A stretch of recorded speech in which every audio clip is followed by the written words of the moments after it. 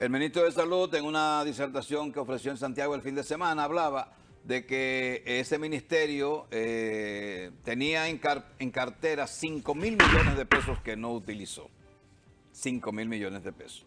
Sobre el programa de medicamentos de alto costo, dijo que no sé qué cantidad, más de 1.000 personas habían sido ingresadas a ese programa. Pero resulta que ese programa carece de medicamentos desde el año pasado. Desde el año pasado. Con un programa que es sumamente importante, que fue creado en uno de los gobiernos del PLD, yo no sé si fue en el gobierno del presidente Danilo Medina, creo que fue en esa gestión que se aplicó ese programa.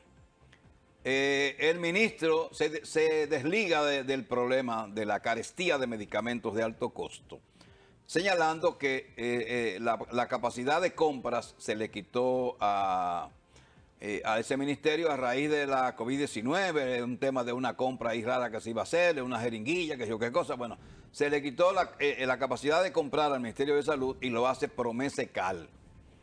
Pero eso no desliga al ministro de Salud, porque es un tema crucial para personas que necesitan esos medicamentos para poder curarse o aliviarse del dolor de cáncer, de leucemia y de otras enfermedades cuyos medicamentos son muy elevados, y que ese programa lo otorga bajo la firma del ministro de turno.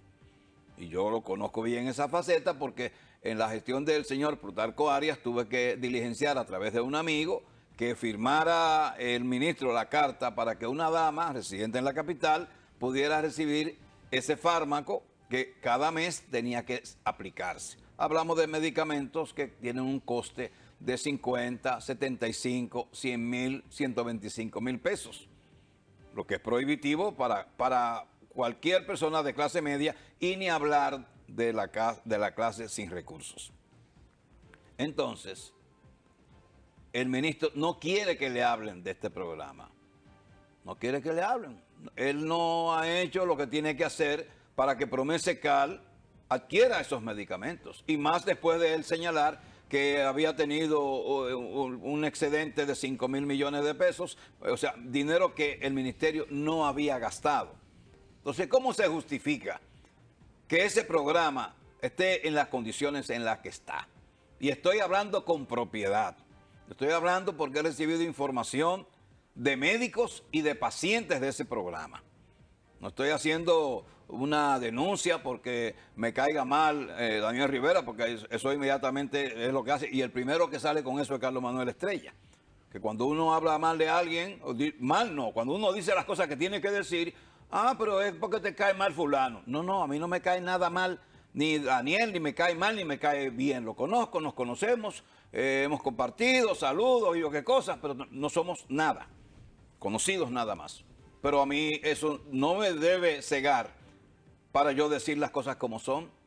La cantidad de gente que está padeciendo, sufriendo de enfermedades catastróficas, que no reciben su medicamento a tiempo cuando existe ese plan, ese proyecto, ese programa. Y que por dejadez del ministro de Salud y del director de Promesecal hay cientos de personas padeciendo de fuertes dolores, de la posibilidad de que no se puedan curar de una enfermedad que en la mayoría de los casos es terminal. Y eso da vergüenza. Y parece que el presidente no lo sabe, porque los ministros no se atreven a hacer nada en este gobierno. Por temor a que lo acusen de que no cumplieron con la transparencia, de que no hicieron las compras, no se hicieron normal, regulares. A fin de cuentas, no hacen nada por ese temor. Entonces, si usted tiene temor a que los demás lo juzguen, entonces deje eso. Porque el que adquiere cualquier tipo de función pública, la que sea, tiene que tener responsabilidad para hacerlo. Usted no puede tener miedo para lo que otros piensen. Usted tiene que hacer las cosas como usted considera que tiene que hacerlas, tratando de hacerla bien, por supuesto.